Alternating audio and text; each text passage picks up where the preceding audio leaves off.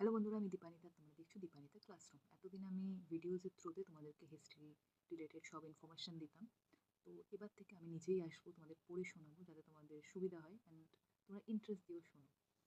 So আপাতত আজকের দিনের জন্য মাইকটা আমার খারাপ হয়ে গেছে, তো আশা করছি তুমি ক্লিয়ারলি শুনতেই পাচ্ছ। তো আজকের টপিক হচ্ছে ভানগড় দুর্গ বা ভানগড় কিলা, যেটা সবাই জানি আমরা কেন ফেমাস। এটা most haunted place in India বলা হয়, যেটা রাজস্থানে অবস্থিত। বাট এর হিস্টোরিক্যাল কিছু গুরুত্বপূর্ণ ইনফরমেশন আছে যেটা আমরা সবাই জানি না বা পড়তে সবার ইন্টারেস্ট হয় না, বাট কেউ পড়ে শোনালে নিশ্চয়ই ভালো লাগে। তো ইয়েস, এবার থেকে আমি তাই করবো। তো অবশ্যই দেখতে থেকো, চ্যানেলটাকে সাবস্ক্রাইব করো আর শুনতে থাকো। ভানগড় দুর্গ 1573 খ্রিস্টাব্দে অম্বরের বর্তমান জয়পুরে কাছওয়ারার শাসক রাজা ভগবত দাস ও তার ছেলে মাধব সিং এর বাসস্থান ছিল এই দুর্গে, এবং তারা নির্মাণও করেছিল।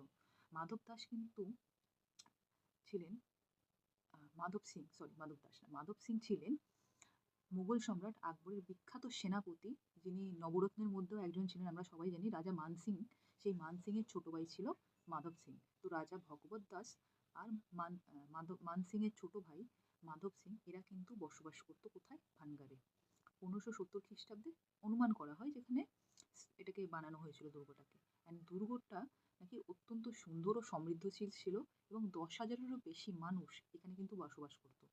তো কেন এরকম হন্টেড হলো, কেন ভুতুড়ে বলা হয়, কেন এটা ইন্ডিয়ার মোস্ট হন্টেডের মধ্যে একটা স্থান হিসেবে গণনা করা হয়েছে? তো চলো সেটাই পড়বো। তার আগে কিছু ইনফরমেশন দেখে নিই। বলছে 1720 খ্রিস্টাব্দের পর থেকে বানগারের জনসংখ্যা ক্রমাগত কমতে লাগে। এখানে জলের অভাব হয়, একটা দুর্ভিক্ষ হয়, যেটা 1783 খ্রিস্টাব্দে, যেটা হিস্টোরিক্যাল সব জায়গায় বইতে ইতিহাসের পাতায় লেখা আছে। তো তারপরে কি হয়, জলের অভাব হয়, তো একাধিক মানুষ এই দুর্গ ছেড়ে বেরিয়ে যেতে শুরু করে। এই দুর্গের সাথে যে ভূতের গল্পগুলো বা হন্টেড হওয়ার যে ঘটনাটা জড়িত হচ্ছে, তার সব থেকে ফেমাস যেটা হচ্ছে তান্ত্রিক সিদ্ধিত কিছু কালো জাদু এখানে অ্যাক্টিভিটি হয়েছিল। সেই কালো জাদুর সাথে জড়িত রয়েছে রাজকুমারী রত্নাবতী। বলা হয় নাকি রাজকুমারী রত্নাবতীর ওপর কালো জাদু দিয়ে কোনো তান্ত্রিক কিছু সিদ্ধি করার চেষ্টা করেছিল। তার চুলে মাখার যে তেল ছিল, সেই তেলের মধ্যে কালো জাদু করা হয়েছিল।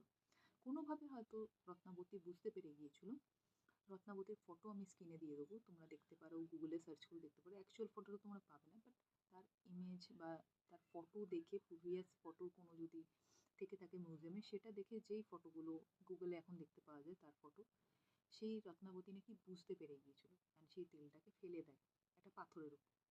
বলে নাকি জাদু তান্ত্রিক সিদ্ধিত যেহেতু তেলটা ছিল, সেই পাথরটাতেই নাকি পাথরটা সেই তান্ত্রিককে কুচলে মেরে দিয়েছিল। কিভাবে সেটা জানি না, যেহেতু এটা ভুতুড়ে ছিল ব্যাপারটা। তো বুঝতেই পারছো, এমন কোনো অ্যাক্টিভিটি বা স্পিরিচুয়াল কিছু রিলেটেড ছিল, যাতে রত্নাবতীকে বশ করার চেষ্টা করেছিল। বিকজ রাজকুমারী রত্নাবতী অপূর্ব সুন্দর দেখতে ছিল, তাকে বশ করার জন্যই এই তান্ত্রিক সিদ্ধি করা হয়েছিল। অ্যান্ড তারপর থেকেই যখন ইনি মারা যাচ্ছিলেন, তখন নাকি উনি একটা অভিশাপ দিয়েছিলেন যে ভানগড় পুরো খালি হয়ে যাবে, প্রত্যেকের মৃত্যু হয়ে যাবে। তো তারপর থেকেই ভানগড়ে কিন্তু অনেক রকম দুর্ঘটনা ঘটতে থাকে, ভানগড় পুরো খালি হয়ে যায়, দুর্ভিক্ষ, মহামারী এগুলো স্টার্ট হয়। তো নেক্সট ভিডিওতে আমি নেক্সট পার্টটা অ্যান্ড ফাইনাল পার্টটা রিলিজ করবো। তো থ্যাংক ইউ, কিপ ওয়াচিং।